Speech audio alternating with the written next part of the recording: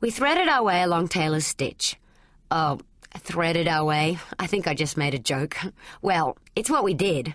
I mean, I exaggerate a bit when I write about Taylor's Stitch. It's not like a razor blade, where if one of the boys fell with a leg on either side, he'd have a nasty accident. For most of the way, you can walk quite easily, sometimes even two people side by side. At other points, though, it really is narrow and you have to be a bit careful. I mean, if you did fall, you wouldn't plunge 1,000 meters to your death. You'd just roll down a slope away.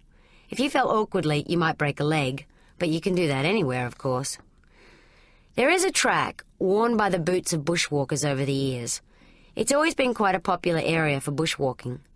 Some weeks we'd get a dozen people coming through our place on the way up to Taylor's Stitch.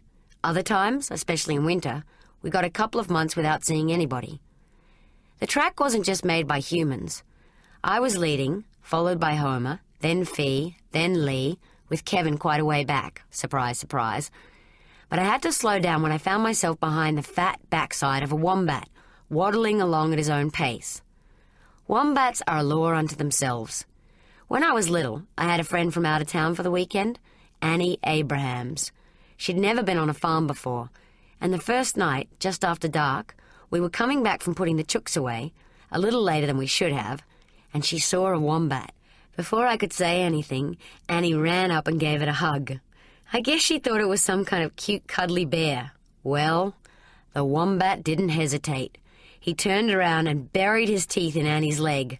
She screeched like a cockatoo at twilight. I tried to pull the wombat off, but it was impossible. They're so strong. I was screaming for Dad, and Annie was screaming non-stop, and the wombat was grunting louder than a bulldozer on a slope. It was scary. I didn't know how much damage it might do to Annie. I thought her leg might be mangled to pieces. Eventually, Dad came running out. He tried to pull the wombat off too and failed. And finally, he gave it a hell of a kick in the guts. The wombat let go and staggered away into the darkness. Then I didn't know whether to be more upset about the health of the wombat or the state of Annie's leg. But her leg wasn't too bad. Although it was bruised, the skin wasn't broken. I think it was more the shock and fear that had her screaming her head off. I never found out what happened to the wombat.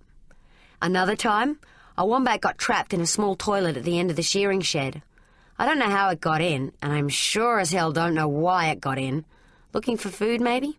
Maybe it wanted to use the toilet. Anyway, no one found it till morning. I wasn't there when they got it out, but I know it took forever. I saw what damage it did, though. Unbelievable! If you'd gone in there with a sledgie and spent the night swinging it around at full strength, you couldn't have done more damage. It was a wooden dunny lined with fibro, but there was no fibro left intact.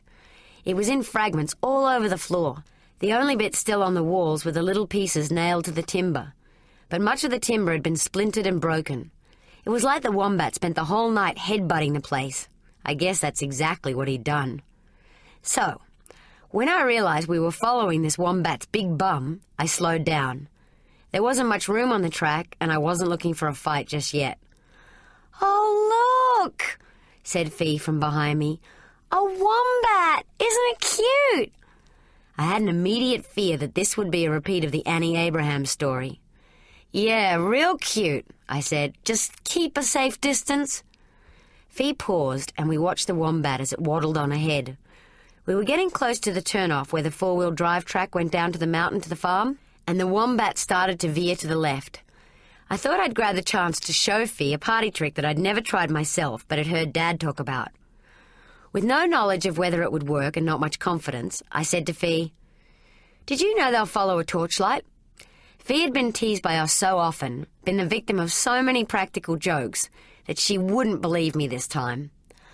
"Oh, sure," she said doubtfully. "No, really, I promise." I swung my pack down and opened the side pocket, pulling out my torch. Leaving the pack, I went forward 10 meters and flicked on the torch. We were down below the tree line, so there was no danger from enemy soldiers. I focused the beam of light on the ground in front of the wombat, and then moved it away to his side. To my surprise, he turned as soon as I did it, and followed the light obediently. Of course, I didn't let the others know I was surprised. I just acted cool, like this was exactly what I'd expected. I took the wombat for a little walk by moving the light around. I felt like a choreographer. The others were all cracking up. "Oh my God! Fee kept saying in her light little voice that sounded sometimes as if she might float away. "That's amazing!" There still wasn't much room around me, because Taylor's Stitch was just behind, and we were surrounded by thick bush. So I swung the light one more time and made the Wombat come towards me. I felt totally confident, totally in control. I planned to walk backwards slowly as the Wombat came in my direction. The Wombat hadn't read my script, though. For no apparent reason, he started charging, overrunning the spot of light on the ground. Maybe he saw me, but I really don't think so. Wombats give you the feeling that they're just about blind, but they could be tricking, of course. At first I thought it was a joke, and I started going backwards a bit, getting faster as the Wombat accelerated. Then suddenly I decided I was in trouble. It didn't seem to matter anymore what I did with the torch. The Wombat had torn up the rulebook. He'd stopped following the rules, and he'd definitely stopped following the light. The whole situation was out of control. I forgot about my dignity and began to panic. A Wombat at full gallop is surprisingly scary. Considering that they look like stuffed cushions on four little legs, they actually get up quite a speed. So I accelerated a bit myself, ignoring the wild laughter of the other four. I swung around so I could make a high-speed getaway up the wall of Taylor's Stitch, and I fell over my own pack. I fell quite hard. The others were pissing themselves. I have to admit I was genuinely scared. I thought I was about to get torn apart by a wild Wombat. The way he was grunting sounded seriously unfriendly, and I'd landed on my bad knee, which hurt. For a moment I expected the Wombat to leap on top of me and tear my head off. But he didn't. He swerved off his line and disappeared deep in the bush, having had enough of humans for one night. I struggled up again, with no help from anyone. They were still all falling around laughing. They can be pretty stupid and juvenile sometimes.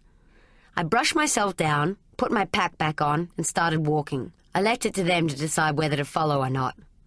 The weird thing was that Kevin seemed to feel better about me after that. He was laughing more and talking more and including me in his conversation. I don't know why he apparently decided I was an okay person again, but it seems like he did. And I thought that made the close encounter with the Wombat almost worthwhile. Almost, but not quite.